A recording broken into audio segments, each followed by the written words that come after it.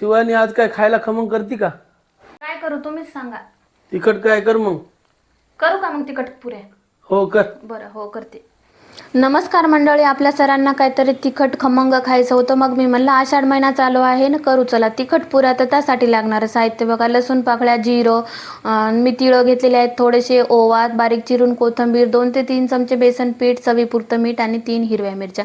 चला तर व्हिडिओला सुरुवात करूया. त्यासाठी मी इथे घेतलेलं आहे पीठ मळण्यासाठी एक छोटंसं टोपलं.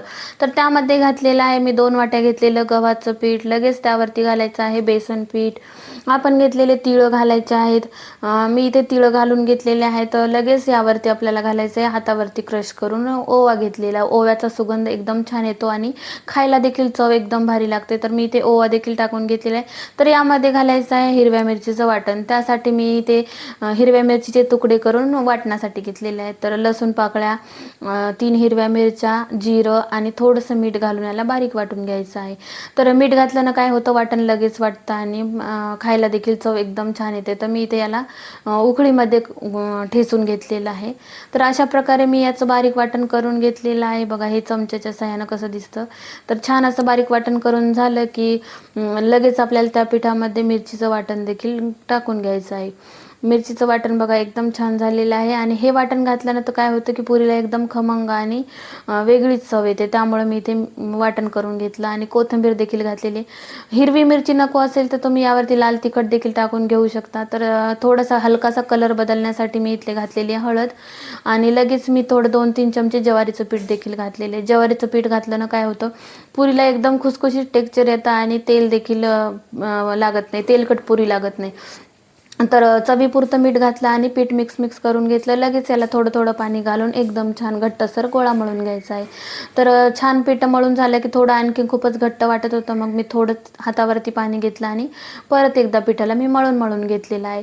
आणि आपल्या पुऱ्या बनवताना आपल्या पोळपाटाला, लाटण्याला वगैरे चिटकवू नये म्हणून हातावरती थोडंसं तेल घेतलं आणि परत एकदा पिठाला मी एकदा दाबून मळून घेतलेलं आहे, जेणेकरून आपलं पीठ एकदम छान चुरल्या जाईल आणि पुरी बनवताना किंवा पोळी बनवताना फाटणार तुटणार नाही.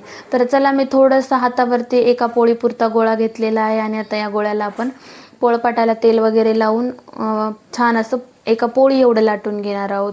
तर पोळ्या लाटून पुऱ्या बनल्यानं तर काय होतं की एकसारखा आकारही येतो, जाड पातळ होत नाहीत आणि आपल्याला कट करताना देखील एकसारख्या एकाच साच्यानं कट करून घेता येतात. तुम्ही हव्या असाल तर एक छोटा छोटा गोळा घेऊन एक पुरी लाटली तरी देखील चालेल. त्या लहान मोठ्या दिसतात म्हणून मी इथे काय केलेलं आहे, तर एक छान अशी मोठी पोळी लाटून घेतली आणि त्याच्यापासून पुऱ्या पाडून घेतलेल्या आहे. तर अशा प्रकारे आपल्याला थोडंसं पीठ वगैरे न वापरता पोळी लाटून घ्यायची आहे. तर तेल लावल्यानं काय होतं, पुरीला एकदम सुरेख रंग येतो आणि पुऱ्या करपत वगैरे नाहीत. पीठ जर लावलं तर पिठामुळं आपल्या पुरीला एकदम लालसर रंग येतो आणि करपट वगैरे दिसतात. तर मग मी ते तेलाच्या सहाय्यानं पोळ्या लाटून पुरी काढून घेतलेली आहे. तर ग्लास घेतला आणि ग्लासच्या साहाय्याने मी इथे बनवणार आहे छोट्या छोट्या गोल गुटगुटीत अशा पुऱ्या. तर एकदम छान रांगोळीसारखंच मी याला 4-5 फुलं पाडून घेतली, म्हणजे पुरी देखील छान दिसेल आणि पोळी देखील किती छान दिसत आहे.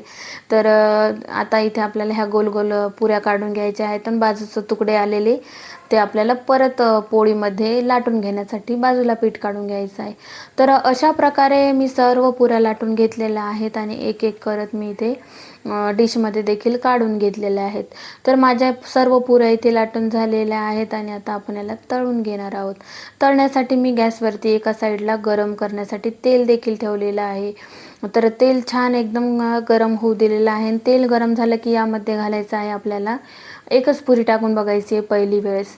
तर छान असं आता मीडियम गॅसवरती मी तेल ठेवलेलं आहे आणि आता याला आलटून पलटून एकदम सुरेख रंग येईपर्यंत खमंग अशी पुरी भाजून तळून घेतलेली. तर पुरी छान तळून झाली की आता आपल्याला यामध्ये चांगलं तेल देखील तपलेलं आहे. तर 2-2, 3-3 पुऱ्या टाकून तळून घ्यायच्या आहेत.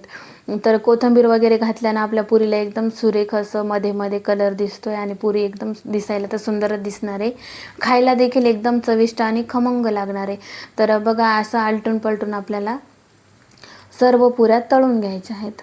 एकदम सुरेख रंग येतो तळणं झाल्यानंतर हे बघा एकदम छान आलटून पलटून गोल्डन रंगावरती एकदम खुसखुशीत होईपर्यंत आपण याला तळून घेतलेले. अशाच प्रकारे मी सर्व पुऱ्या स्टेप बाय स्टेप तळून घेतलेल्या आहेत. फायनली हा माझा शेवटचा घाणा आहे आणि ह्या देखील शेवटच्या पुऱ्या देखील एकदम छान तळून घेतलेल्या आहेत. तळताना एक लक्षात घ्यायचं, तिखट पदार्थ तळताना मोजकंच तेल वापरायचं आहे, जेणेकरून आपल्याला पुन्हा कशाला वापरलं तर जास्त तेल उरणार नाही.